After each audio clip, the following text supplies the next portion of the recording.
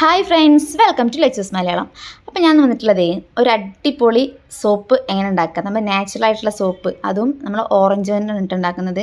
ഒരു 10-12 ഓറഞ്ച് ഞാൻ എടുത്തിട്ടുണ്ട് കേട്ടോ. അപ്പോൾ നന്നായിട്ട് തൊലിയൊക്കെ കളഞ്ഞ് മിക്സിയിലിട്ട് അടിച്ചിട്ട് അതിന് നീരെടുക്കണം. അപ്പോൾ അതാണ് ഞാൻ ഇപ്പോൾ കാണിക്കുന്നത്.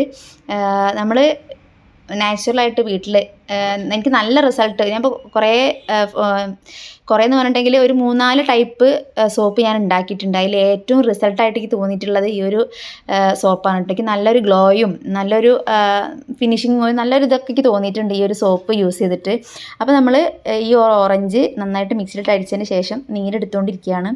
നമ്മൾ നീര് കുറച്ച് പൾപ്പ് കൂടി നേരിച്ച് കുഴപ്പമൊന്നുമില്ല കേട്ടോ. നല്ല നൈസായിട്ടുള്ള ഒരു ഇതിൽ വെച്ചിട്ടല്ല ഞാനിത് അരിച്ചെടുക്കുന്നത്. അങ്ങനെ എടുക്കണം എന്നുള്ളവർക്ക് നന്നായിട്ട് ഒരു തുണിയിൽ, കോട്ടൺ തുണിയിലൊക്കെ വെച്ചിട്ട് അരിച്ചെടുക്കാം. പക്ഷേ ഞാനിത് അരിപ്പയിൽ വെച്ചിട്ടാണ് അരിച്ചെടുക്കുന്നത് കേട്ടോ.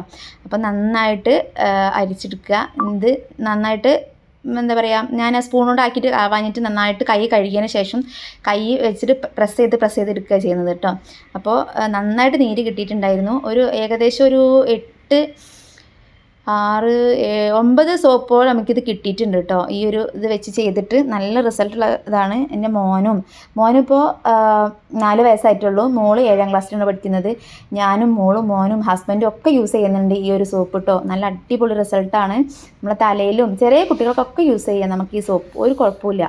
നമ്മളിത് ഉണ്ടാക്കുന്നതെന്ന് പറഞ്ഞിട്ടുണ്ടെങ്കിൽ നല്ല നാച്ചുറലായിട്ട് സോപ്പ് ബേസ് വെച്ചിട്ടാണ് ഉണ്ടാക്കുന്നത് കേട്ടോ. സോപ്പ് ബേസ് ഞാൻ ഓൾറെഡി വാങ്ങി വെച്ചിട്ടുണ്ടായിരുന്നു. അപ്പോൾ ആ ഒരു സോപ്പ് ബേസ് വെച്ചിട്ടാണ് ഉണ്ടാക്കുന്നത്. നന്നായിട്ട് ചെറുതായിട്ട് അധികം കട്ടിയിൽ എടുത്തിട്ടുണ്ടെങ്കിൽ മെൽറ്റായി കിട്ടാൻ പണിയായിരിക്കും. അതുകൊണ്ടാണ് ഞാൻ ചെറുതാക്കി അരിയുന്നത് കേട്ടോ. അപ്പോൾ നന്നായിട്ട് ചെറുതാക്കി അരിഞ്ഞതിന് ശേഷം നമ്മൾ ഈ സോപ്പ് മെൽറ്റാക്കി എടുക്കുന്നത് കണ്ടിട്ടുണ്ടല്ലോ അല്ലേ, അതുപോലെ ചെയ്തതിന് ശേഷം അതിലേക്ക് നമ്മൾ ഗ്ലിസറിൻ യൂസ് ചെയ്യുന്നുണ്ട്, വൈറ്റമിൻ ഇ ടാബ്ലറ്റ് യൂസ് ചെയ്യുന്നുണ്ട്.